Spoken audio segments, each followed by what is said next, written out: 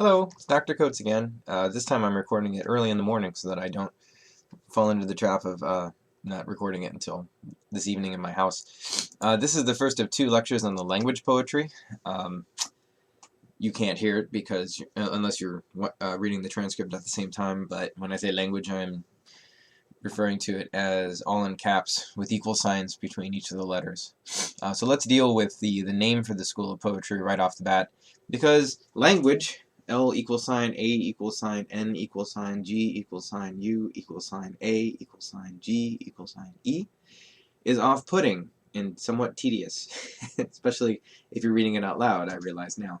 But also if you're reading it on the page, considering everything is in all caps as well as with those equal signs. You may and probably should be asking yourself whether or not one pronounces the equal signs, or why there are equal signs, or on what planet people might try to prompt other people to wonder whether L really is equal to A and then to N and so forth.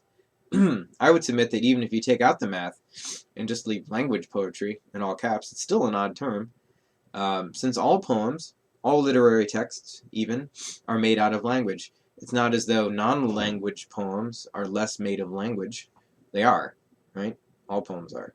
We have another situation here, as with Imagist poems, the ones that we studied in Module 3, in which the poetic school needs to be understood to be doing something different with language, which is qualitatively different from poetry's normal doing something with language. So here's an analogy, if you remember your SAT analogies. The image is to imagism as language is to language poetry. In the same way that imagism didn't claim to be the only types of poems that used imagery, but that they were using images in a way that other poems hadn't up until then. That, I think, is what the language school of poetry is also trying to claim for itself. And then the rest of this lecture is about how we're going to judge how successful they are at that. To make matters worse, language, the L-A-N-G with the equal signs in between, turns out to refer mostly to an avant-garde journal that Ron Silliman and Charles Bernstein, both of whom you're reading for this week, edited for about 4 years, from 1978 to 82. And many of the language poets feel pretty ambivalent about their connection with the movement. So if you use the words, if you use the form of the word with all the equal signs rather than just all caps language, it actually apparently marks you as an outsider rather than a practitioner or a devotee. This is not a problem for me, because I have a somewhat ambivalent regard for these poems. So I'm going to keep using the equal sign and mark myself as an outsider, but you can decide to do what you like. It is a movement, the language poets. They are a movement like concretism that is deeply invested in exploring the materiality of language, of recognizing that poems are made out of words and that those words deserve attention in their own right, rather than seeing the language as a means to an end, something that conveys ideas only, for example, which is far more important than the means by which we get there. But unlike concretism, which was all about poems that retained fidelity between the visual shape of the poem and the context contained by the language, language poetry is not overly concerned with producing coherent relationships between what it's about and what it looks like. Despite obviously staging its provocative look on the page as a potential inroad into the text. Although both concretism and language poetry transform the reader into a viewer, and both create an experiential reading practice that collapses performance onto the lyric instant. The poem is sort of enacting its instantaneous lyric expression for you and making itself into a display, if you like. Language poetry is much more about play than producing meaning. It's kind of playing with you. Its poets sometimes take impish delight in producing an expectation in the mind of the reader, but then never delivering on that promise, whereas, in part because the shape of a concrete poem creates an instantaneous first visual impression, for the case of concrete poetry, the correlation between visual shape and content is usually pretty sincerely rendered. They can't avoid it. So at this point in the transcript, I've got a link that I'm just going to send in the body of the email that goes out with this video. So if you're listening or reading this and you haven't already clicked on that, I really urge you to. It's something that I've been saving. It's a computer program version of SOS by Augusto de Campos. But take a look at that, because that's a way of illustrating what I meant by having a static image be put into action and having the performance aspect be overlaid onto the lyric. Okay, so let's start by returning to SOS by Augusto de Campos.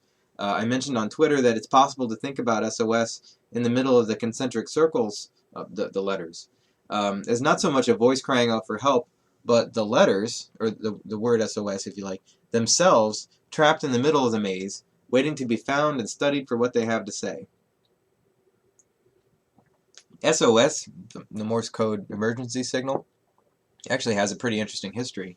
I'm not suggesting that you're a sailor and you should know this or something, but it's been rendered in multiple languages, and it has multiple attempts at antecedents, from save our ship or save our sailors to seeking out succor, which I believe is the British equivalent.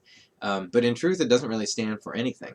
Morse made SOS the emergency code not because the letters themselves stood for something, but because it was easy to remember, but very deliberate to signal, so that you couldn't telegraph the code by accident. Like sometimes you'll have Twitter open on your phone, and you put your phone in your pocket, and you'll bump into something, and then you do something that looks like a drunk tweet. You can't do that with Morse code on a telegraph. It's ...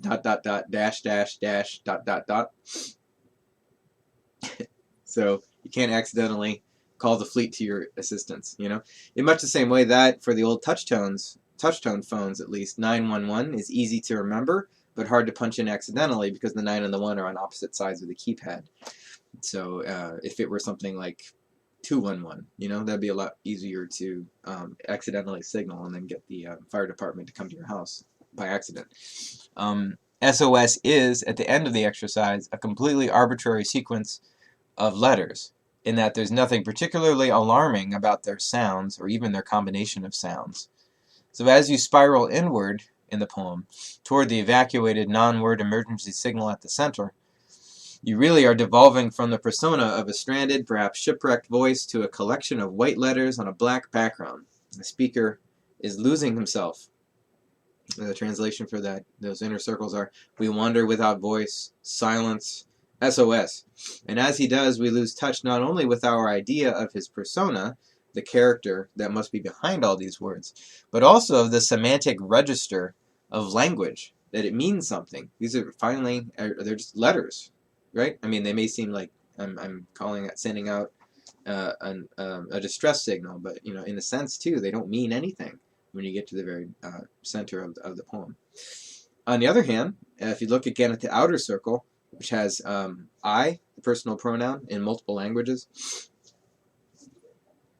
that is the particular first-person pronoun that corresponds to individual identity. And what replaces the outer circle in the center is the universal language of Morse code. You could think of it as the following. In order to get help, the speaker must surrender what made him unique, but what also made him incomprehensible to those around him.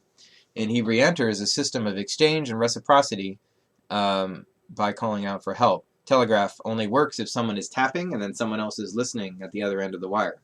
So everyone using the same code is extremely important.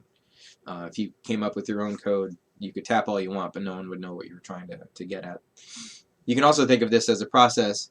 You can also think about this process as the death of the poetic persona, as such, in favor of the triumph of communal language over extreme forms of individual subjectivity, right? Which poetry, at least in many poets' hands, could have been designed in order to relate, right? Certainly that was true for the images that I brought up a little while ago. They were all about encoding into literature character traits or types of personalities that we had never seen within poems before.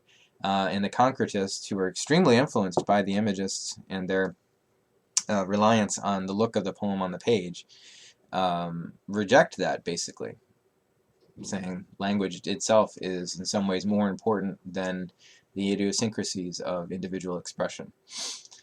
Now, the language poets, with the equal signs, they also wished to showcase the insufficiencies of the self and the inherent possibilities of visual forms of language to communicate broadly to readers.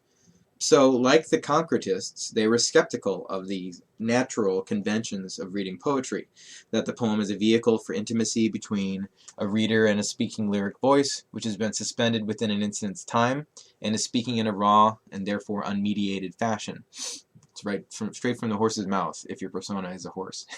And as I said above, they were also, the language poets, like the concretists, all about staging an encounter between the reader and a text which is now alive to the visual possibilities of purposefully organized language. But unlike the concretists, the language poets were not interested in substituting one set of conventions, now no longer seen as natural, for another. That is, the expectation of a visual experience substituted for the expectation in the past of an oral experience, that it would be a voice speaking to you. Right? So they wanted to substitute a poem which is speaking just as much with its look as with its sounds, right? But they still wanted to have a communicative act, right? They still believed that the poet should be attended to and reconstructed. A poem like SOS is moving in the direction of language poetry, but most of the concretists were still working in, the old model of poetry as self-expression. Instead, the language poets sought to denature poetry altogether. Their poems call out for being read visually, but at the same time, there is never a guarantee that illustrating or tracking the visual form of the poem will lead to a better understanding of its meaning. Its meaning will always be related to a concurrent, implicit claim that poetry is not just a humanist genre designed to convey information, meaning, and the cultural interpretations of one person to another person who's reading the poem.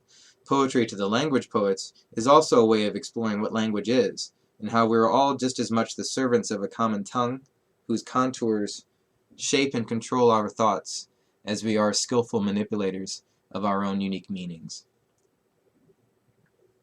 So this is why I've chosen to end with the language poets in this course, and why the group illustration project deals with an interpretive illustration of one of their poems. There's going to be a lot there to illustrate in any language poem that you choose for any of the choices available to you, but you're going to have to talk it through with each other before you proceed, because there's never going to be a guarantee that what you're trying to illustrate actually contributes to the greater meaning. So it could just be playing with you, as I say.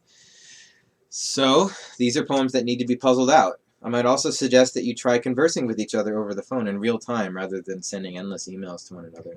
That's one of the things that always frustrates me the most about group work. And often when we get to a certain point in online group work, when I work in many of these online groups, and at some points, for me at least, it's just a time saver to call somebody up and say, look, we have to do a Google Hangout.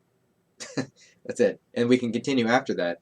But you want to sort of get all on the same page at some point. And I would suggest to you that needs to be early on in the process rather than later, or like before it's due or something like that. You want to be able to work individually, but you also want to make sure that you're all working towards the same goal. And so I would suggest choosing the poem that you want to work on, talking it through with each other, making sure that you all agree on the interpretation that you're going to be supporting, and then going out and finding those illustrations on your own later. And then the subsequent conversation could all be, how should we arrange these illustrations in space on our Pinterest site? Okay, so if you can, exchange phone numbers. If you're all on campus and you have an hour where you're all available, think about meeting at the library. Think about perhaps tweeting through a back channel hashtag like #sadboy, if you like, or arranging a Blackboard collaboration session, which you can do. I think this is called Collaborate, and you can do that through the group's link, or Google Hangout, since you all have Google accounts. That will facilitate your conversations and make it possible to do some of this at least in real time. But don't wait until the last minute. This project is 15% of your final grade, and I want this to be a pleasurable and edifying process rather than a torment to you at the end of the semester. The way that it becomes really, really difficult is if you leave it all to the last minute, and then for whatever reason, maybe because of all the other final exams and end-of-term projects that you have, it suddenly becomes extremely difficult to contact the other people in your group. But yeah, okay. Well, that's my advice about the group illustration project. I will be tweeting you on Wednesday about another sample poem to work some of this out with. That will be a really important Twitter conversation for us all to engage with with a lot of energy and concentration, because that will help me to set up the expectations for the group illustration project. So I look forward to seeing all of you on Twitter, and the Twitverse, if you like. Other than that, if you have any questions about the group illustration project, please do email me. I'm happy to respond, and I'm really looking forward to seeing what you've got. So, except for that, have a great day.